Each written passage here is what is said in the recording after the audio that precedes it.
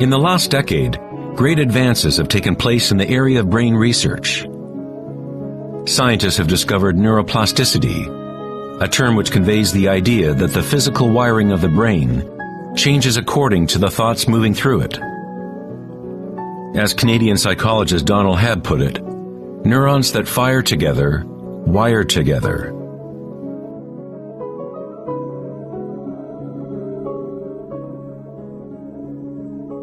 Neurons wire together most when a person is in a state of sustained attention. What this means is that it is possible to direct your own subjective experience of reality. Literally, if your thoughts are ones of fear, worry, anxiety, and negativity, then you grow the wiring for more of those thoughts to flourish. If you direct your thoughts to be ones of love, compassion, gratitude, and joy, you create the wiring for repeating those experiences. But how do we do that if we are surrounded by violence and suffering? Isn't this some kind of delusion or wishful thinking? Neuroplasticity is not the same as the New Age notion that you create your reality by positive thinking. It is actually the same thing that the Buddha taught 2,500 years ago. Vipassana meditation, or insight meditation, could be described as self-directed neuroplasticity. You accept your reality exactly as it is, as it actually is. But you experience it at the root level of sensation, at the vibratory or energetic level, without the prejudice or influence of thought. Through sustained attention at the root level of consciousness, the wiring for an entirely different perception of reality is created.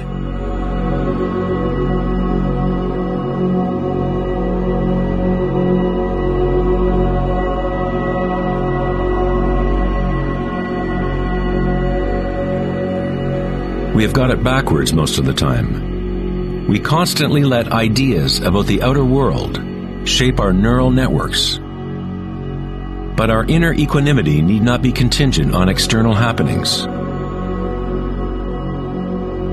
Circumstances don't matter. Only my state of consciousness matters.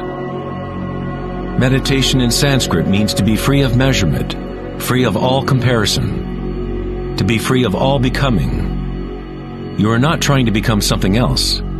You are okay with what is. The way to rise above the suffering of the physical realm is to totally embrace it, to say yes to it, so it becomes something within you, rather than you being something within it.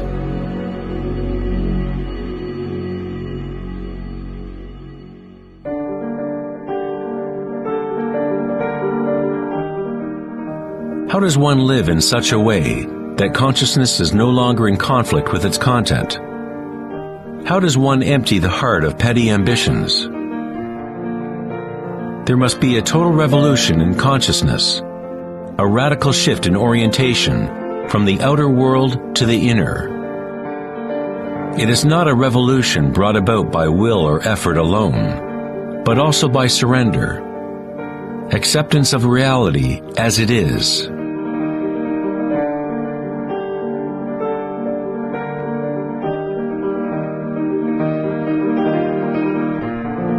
The image of Christ's open heart powerfully conveys the idea that one must open to all pain. One must accept all if one is to remain open to the evolutionary source. This doesn't mean you become a masochist. You don't look for pain. But when pain comes, which it inevitably does, you simply accept reality as it is, instead of craving some other reality. The Hawaiians have long believed that it is through the heart that we learn truth. The heart has its own intelligence, as distinctly as the brain does. The Egyptians believed that the heart, not the brain, was the source of human wisdom. The heart was considered the center of the soul and the personality. It was through the heart that the divine spoke, giving ancient Egyptians knowledge of their true path. This papyrus depicts the weighing of the heart. It was considered a good thing to go into the afterlife with a light heart. It meant that you had lived well.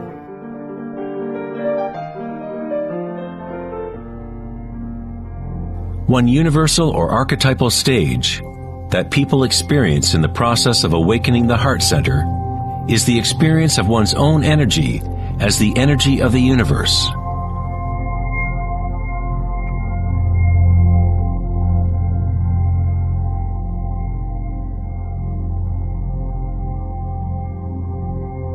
When you allow yourself to feel this love, to be this love, when you connect your inner world with the outer world, then all is one.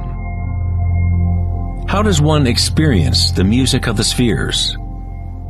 How does a heart open?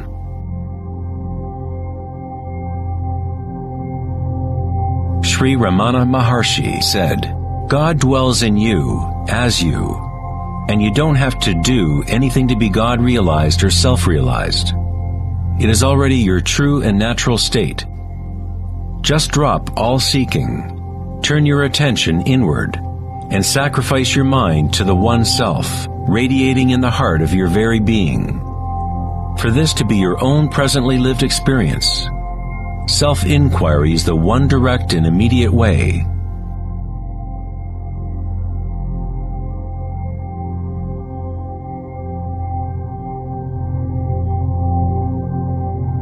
When you meditate and observe sensations within, your inner aliveness, you are actually observing change.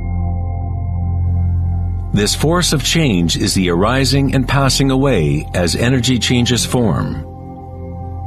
The degree to which a person has evolved or become enlightened is the degree to which one has gained the ability to adapt to each moment, or to transmute the constantly changing human stream of circumstances, pain and pleasure, into bliss.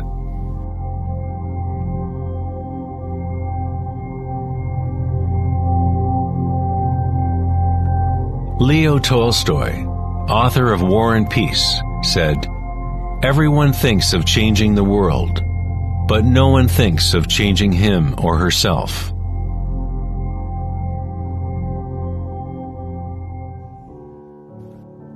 Darwin said the most important characteristic for the survival of a species is not strength or intelligence, but adaptability to change.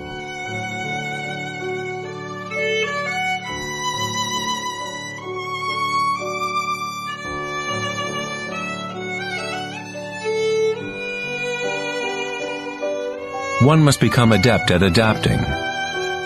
This is the Buddhist teaching of anicca. Everything is arising and passing away, changing, constantly changing. Suffering exists only because we become attached to a particular form.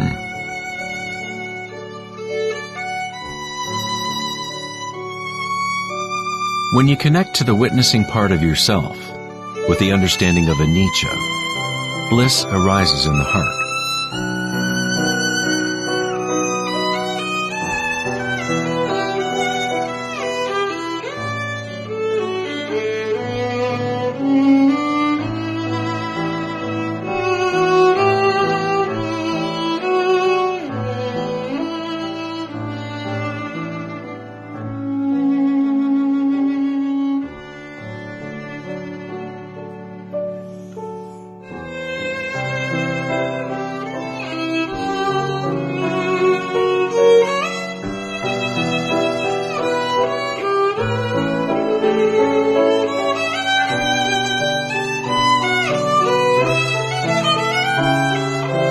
Saints, sages, and yogis throughout history unanimously describe one sacred union that occurs in the heart.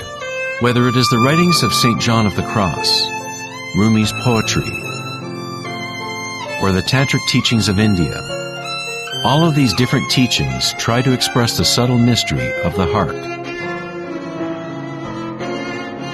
In the heart is the union of Shiva and Shakti, masculine penetration into the spiral of life, and feminine surrender to change,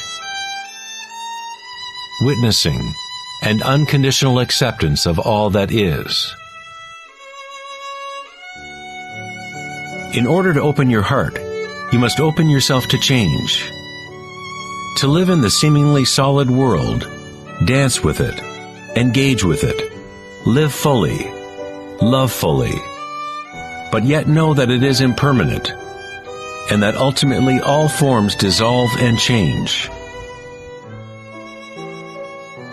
Bliss is the energy that responds to stillness. It comes from emptying consciousness of all content. The content of this bliss energy born of stillness is consciousness, a new consciousness of the heart, a consciousness that is connected to all that is.